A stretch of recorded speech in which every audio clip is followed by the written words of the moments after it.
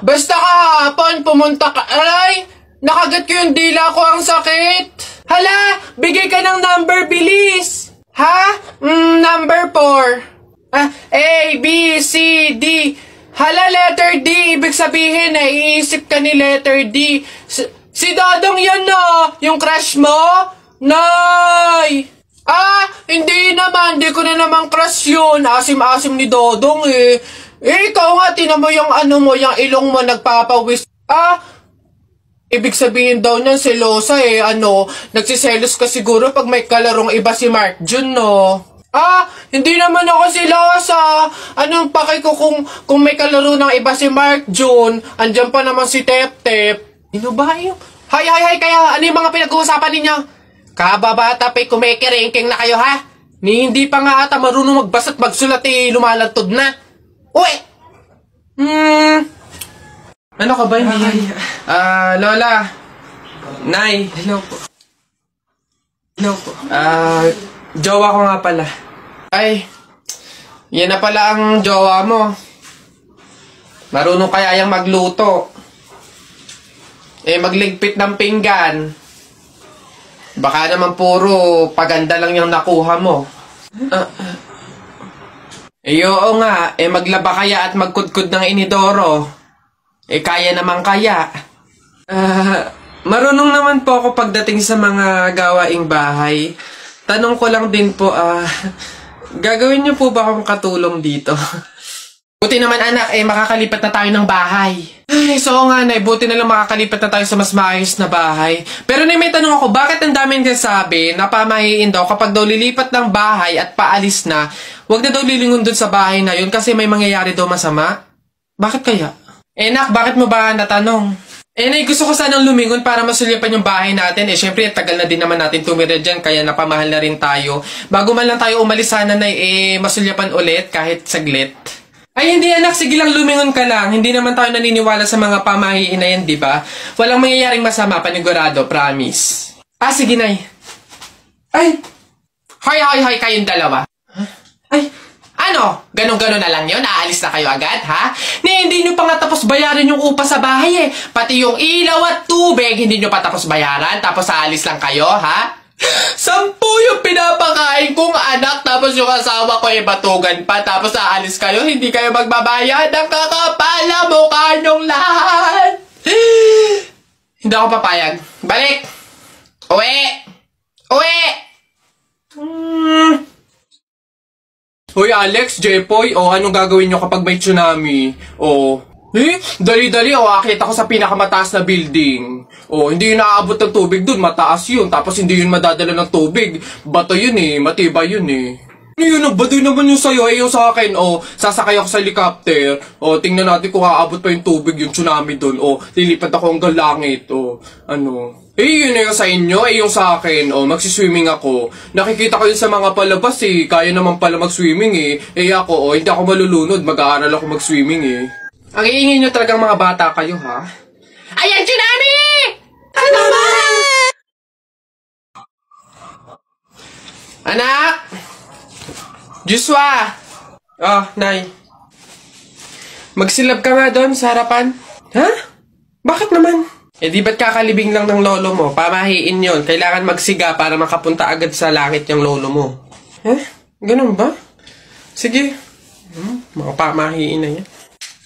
Wala naman akong Nay! Wala akong masigang kahit anong basura dito. Ano ba yan? Bilisan mo, Joshua. Napakasimpleng bagay, hindi mo magawa, ha? Kahit ano, sigaan mo. Bilisan mo. Kahit ano.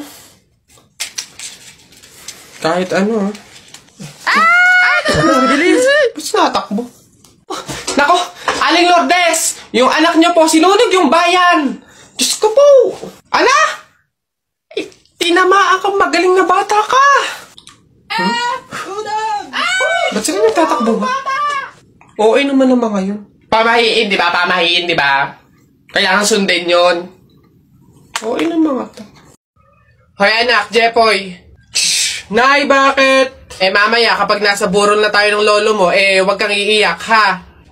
Nay, bakit? Kasi sabi daw nila, pamahiin daw yon na bawal daw umiyak kapag may burol gawa ng hindi matatahimik yung namatay. Nay, mahirap pigilan yun. Si lolo yung namatay Asundin mo na lang, basta pag ando na tayo sa burol ng lolo mo, wag kang iiyak. O, sige. Lo, paalam na. Nandito po yung apo nyo, si Jepoy.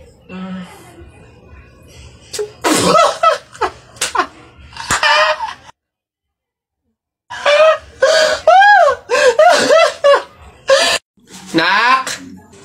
Nay! Bakit? Mamaya bago ilibing yung lolo mo, kunin mo yung pera sa kamay niya, ha? Ha?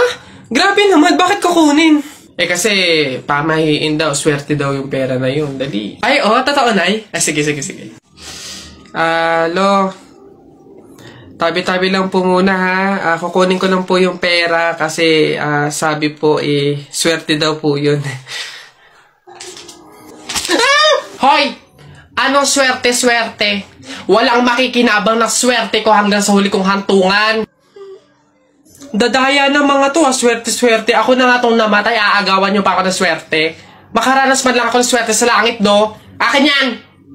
Swerte-swerte. Ayan na.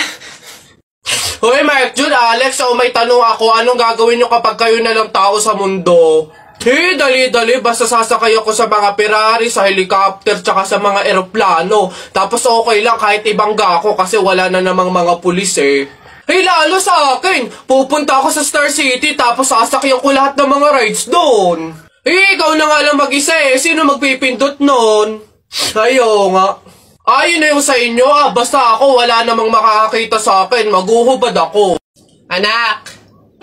Nay, bakit? Matutulog muna ako saglit. Ikaw muna magbantay sa burol ng lolo mo, ha? Wag na wag mong iiwan yon. Dapat daw laging may kasama yon. Ha? Bakit naman dapat laging may bantay? Pamahiin. Pag daw iniwan mo yung patay dun sa kabaong, papalitan daw yan ng puno ng saging ng mga engkanto.